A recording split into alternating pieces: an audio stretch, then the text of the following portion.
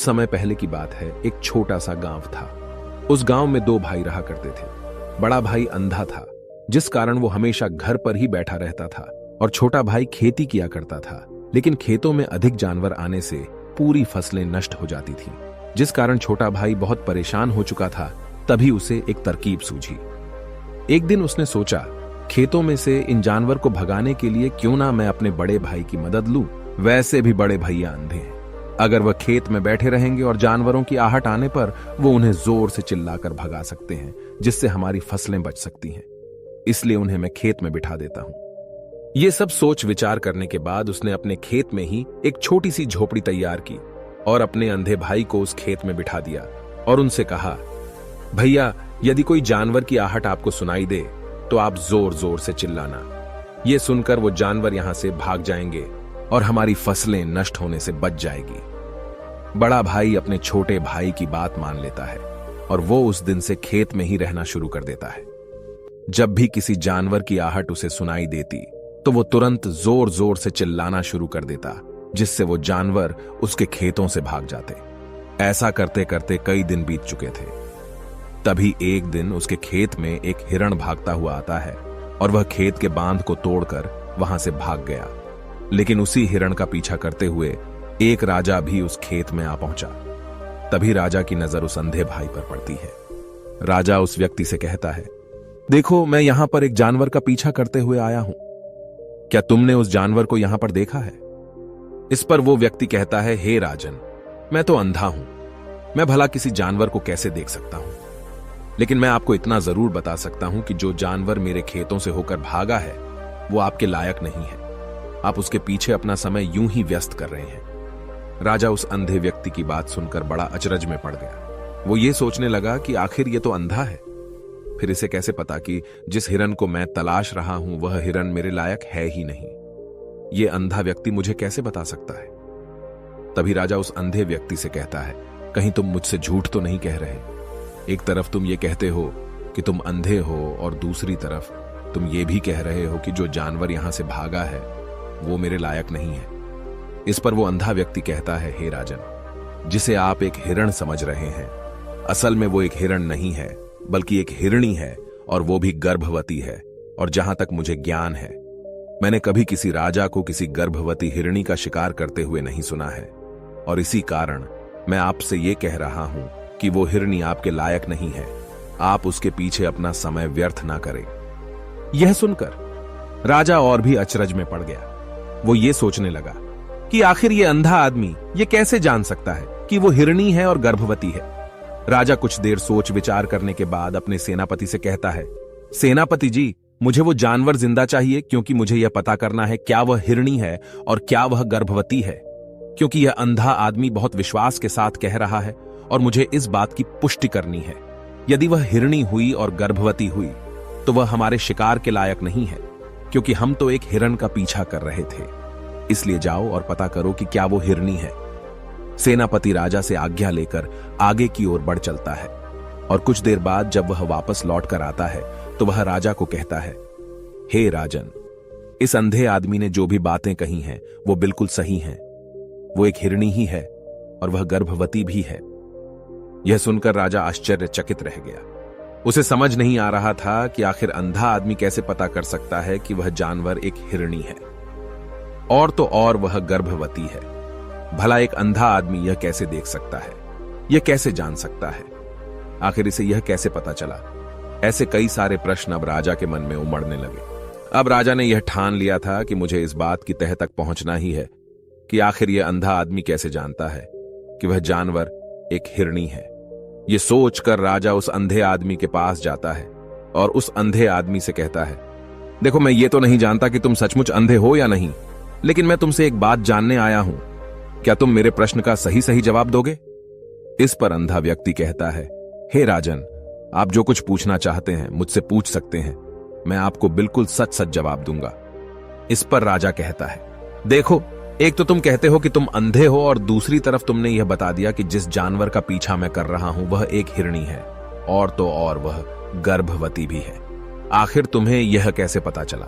तुम्हारे खेत में और भी तो जानवर आते होंगे, और भी तो जानवर यहां से गुजरते होंगे, फिर तुमने यह कैसे अंदाजा लगाया तभी वह अंधा व्यक्ति राजा से कहता है, हे राजन, आप जिस हिरणी का पीछा कर रहे थे वही हिरणी जब मेरे खेत में आई, उसकी रफ्तार और उसके भागने की आहट से मुझे यह एहसास हो चुका था कि यह एक हिरणी है और मेरे खेत की जो बांध है वह बहुत छोटी है, उसकी ऊंचाई ज्यादा नहीं है।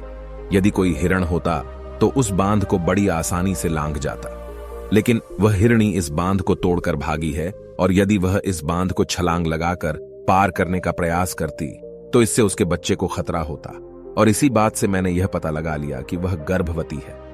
इस कारण वह ज्यादा ऊंची छलांग न लगाकर मेरे खेत की बांध को तोड़ते हुए भाग गई। इस पर राजा के मन में एक और प्रश्न उठा।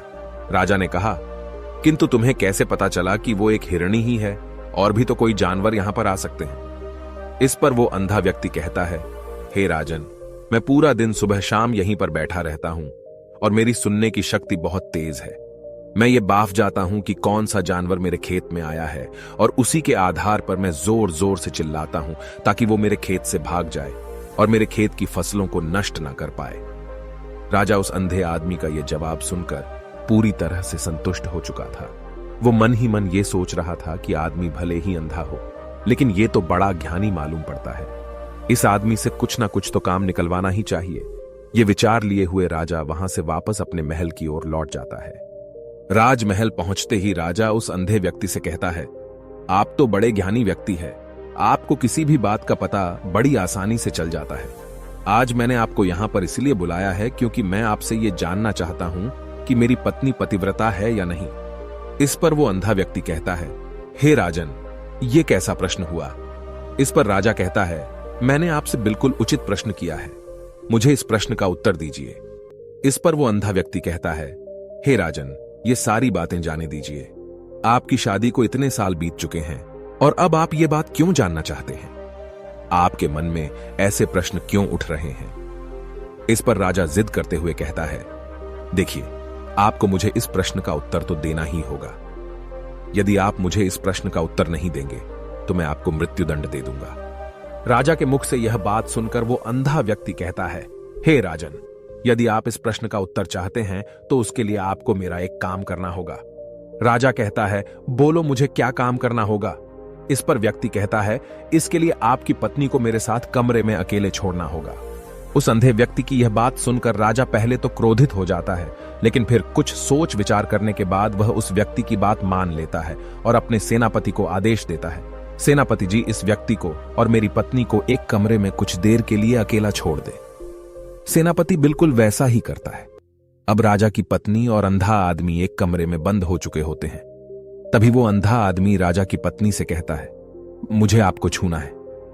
इस बात पर रानी अत्यधिक क्रोधित हो जाती है और उस अंधे आदमी को वो पकड़ पकड़ कर पीटने लगती है, कभी हाथों से तो कभी लातों से तो कभी पटक पटक कर। इस तरह से उन्होंने उस अंधे आदमी की खूब पिटाई की। उसके बाद किसी तरह से वह अंधा आदमी अपनी जान बचाकर वहां से भाग निकलता है और वह राजा के पास पहुंचता है और वह राजा से कहता है, हे राजन, आपकी पत्नी पतिव्रता नहीं है।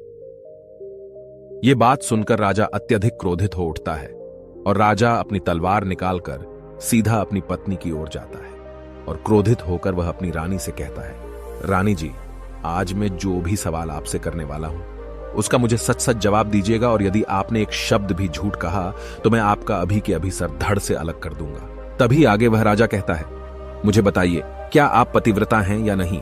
इस पर रानी कहती है, हे राजन, आप भले ही मुझे जान से मरवा दीजिए, लेकिन मैं पतिव्रता नहीं हूं। राजा यह बात सुनकर बहुत खुश हुआ, क्योंकि उस अंधे आदमी ने जो भी कहा था वह बिल्कुल सच था। यह बात सुनकर तुरंत ही राजा उस आदमी के पास पहुंचता है और आकर उस अंधे आदमी से कहता है, तुम्हें कैसे पता चला कि मेरी पत्नी पतिव्रता नहीं है? इस पर वह अंधा आदमी कहता है, हे राजन, बड़ी सीधी सी बात है। मैंने तो आपकी पत्नी से बस इतना ही कहा था कि मुझे आपको छूना है, और इस बात पर वह इतना क्रोधित हो उठी कि उन्होंने गुस्से में आकर मुझे लात घूंसों से पीटना शुरू कर दिया। और भला कोई औरत किसी और मर्द को कैसे छू सकती है? लेकिन उन्होंने न आव देखा न ताव, बस लात घूंसे मुझ पर बरसाने शुरू कर दिए। वह भी तो एक छूना ही हुआ, और एक पतिव्रता नारी कभी भी पराये मर्द को नहीं छूती। जब मैंने उसे छूने के लिए कहा था तो वह उस वक्त मुझे मना कर सकती थी, लेकिन उन्होंने तो मुझे पीटना शुरू कर दिया और देखते ही देखते उन्होंने मेरे पूरे शरीर को छू लिया। अब आप ही बताइए, ऐसी स्त्री भला पतिव्रता कैसे हो सकती है? इस पर राजा कहता है, तुम तो बड़े ज्ञानी मालूम पड़ते हो। अच्छा ठीक है, चलो तुम मेरे एक प्रश्न का और जवाब दो। यदि तुमने मुझे इस प्रश्न का सही सही जवाब दे दिया तो मैं तुम्हें यहां से जाने दूंगा। आगे राजा उस अंधे आदमी से कहता है कि तुम मुझे यह बताओ, क्या मैं सच में अपने पिताजी का ही बेटा हूं या फिर किसी और का?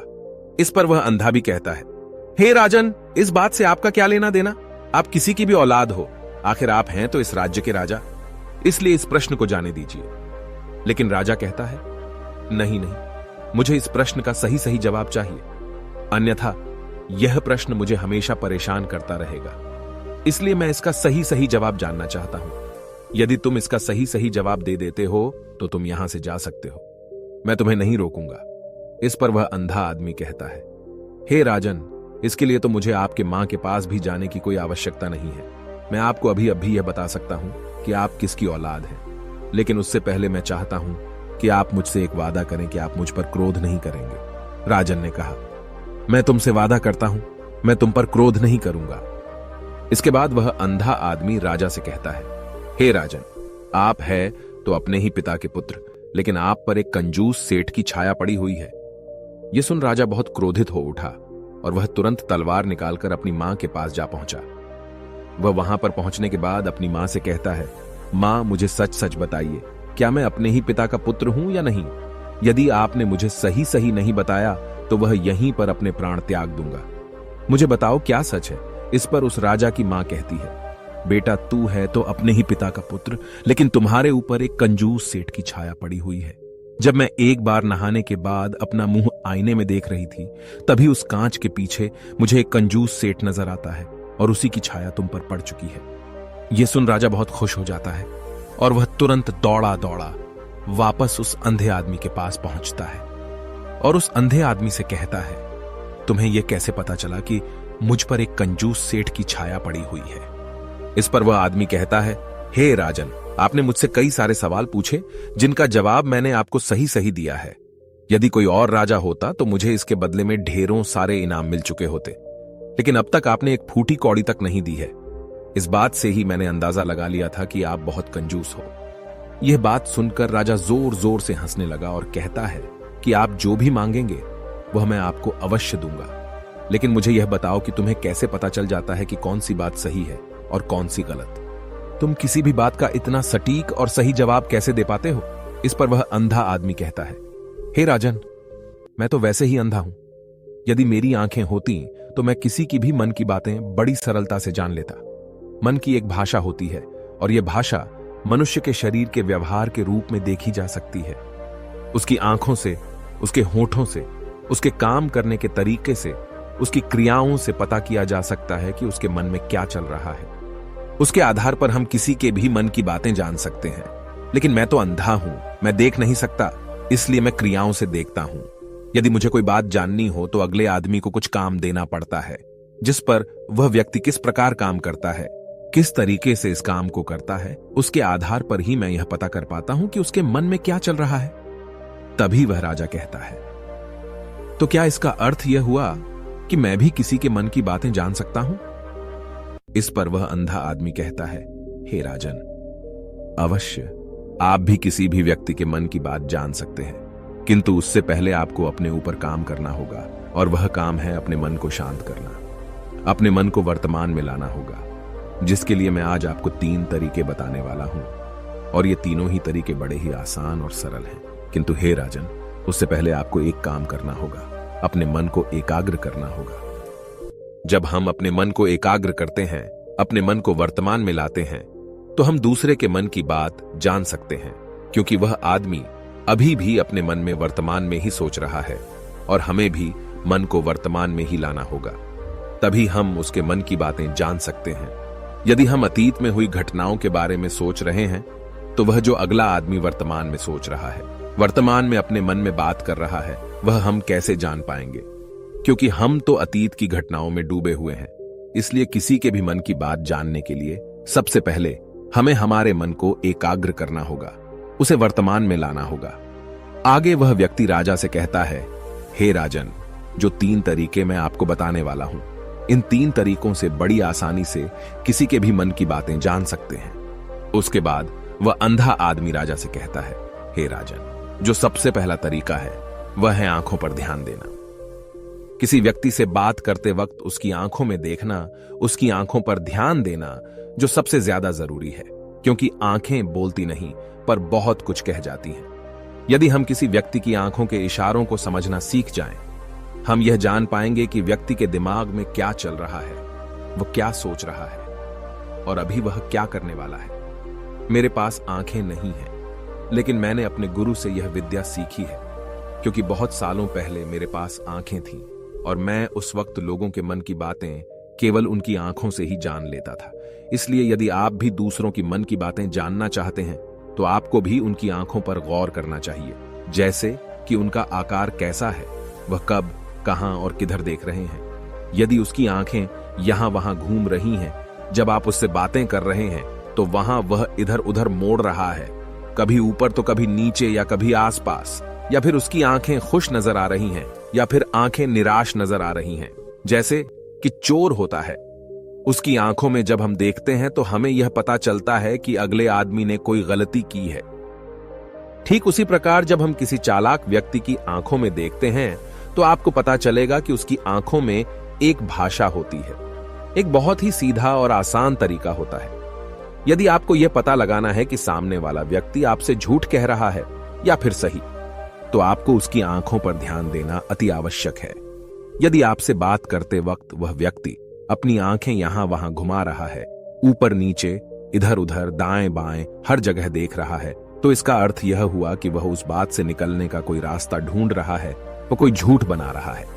यदि सामने वाला व्यक्ति आपसे कुछ झूठ कहने का प्रयास कर रहा है तो वह आपसे नजर नहीं मिलाएगा। वह यहां वहां देखेगा, ऊपर नीचे देखेगा, लेकिन वह आपकी आंखों में आंखें डालकर कभी नहीं देख पाएगा, क्योंकि उसे डर है कि यदि उसने आपकी आंखों में आंखें डालकर देखी तो उसका झूठ पकड़ा जाएगा और लोगों को सच्चाई का पता चल जाएगा। और इसी प्रकार कुछ और भी भाषाएं होती हैं। जब आप किसी की आंखों में आंखें डालकर यह देखना शुरू कर देंगे कि उसके हाव भाव क्या है, ठीक उसी प्रकार चेहरे के हाव भाव होते हैं, जिससे हम मन की बातें बड़ी आसानी से समझ सकते हैं और इन्हें भी समझना बहुत जरूरी है। कभी कभी कोई व्यक्ति अपने चेहरे से जैसे आंख, होंठ और बहुत से कुछ अलग अलग व्यवहार करता है। यदि आप किसी व्यक्ति के चेहरे में गौर करेंगे तो आप आसानी से समझ पाएंगे कि वह व्यक्ति निराश है, जब व्यक्ति बहुत उदास है, या फिर वह बहुत खुश है, या फिर उसे कोई बहुत बड़ा दुख है। वह अपने अंदर क्या महसूस कर रहा है, ये सारी बातें हम उसके चेहरे के हाव भाव से पता कर सकते हैं। फिर चाहे इंसान जुबान से कुछ बोले या ना बोले, लेकिन आप उसके चेहरे से सब कुछ पता कर सकते हैं। आगे व्यक्ति राजा से तीसरा तरीका बताते हुए कहता है, हे राजन, इसी प्रकार तीसरी भाषा भी है, अर्थात तीसरा तरीका भी है, और वह है हाथों के इशारे और शरीर का व्यवहार। मन की बात समझने के लिए हमें हाथ के इशारे और शरीर के व्यवहार को समझना बहुत आवश्यक है। कोई व्यक्ति जब बात करता है तो आपने देखा होगा कि वो अपने हाथों को हिलाता रहता है, अपने हाथों से इशारा करता रहता है। बातों के साथ साथ अपना शरीर का जो व्यवहार है, अर्थात बॉडी लैंग्वेज, उसका भी पूरा उपयोग करता है, जिससे हमें यह पता चल पाता है कि वह व्यक्ति हमारी बातों पर कितना ध्यान दे रहा है और उसके मन में क्या चल रहा है। शरीर के व्यवहार को देखने के लिए उसके हाथ मटकाने, शरीर मटकाने और चेहरे पर बार बार हाथ लाने, हाथों का एक दूसरे से मसलना, ऐसी बहुत सी क्रियाएं होती हैं, उस पर हमें ध्यान देना अति आवश्यक है। मन की बात को समझने के लिए हमें शरीर के व्यवहार को भी समझना पड़ता है। यदि हम इन 3 तरीकों को सही तरीके से ध्यान देकर इन 3 तरीकों को अच्छे से समझ लेते हैं तो हम बहुत जल्दी किसी भी व्यक्ति के मन की बातें बड़ी सरलता और सहजता से जान सकते हैं। इसलिए यदि आपको किसी के मन की बातें जानी हैं तो आपको उसकी आंखों पर, उसके चेहरे पर, उसके शरीर के हाव भाव को और उसके हाथों को ध्यानपूर्वक देखना और समझना होगा, जिससे आप यह समझ पाएंगे कि आखिरकार उसके मन में क्या चल रहा है और वह क्या सोच रहा है।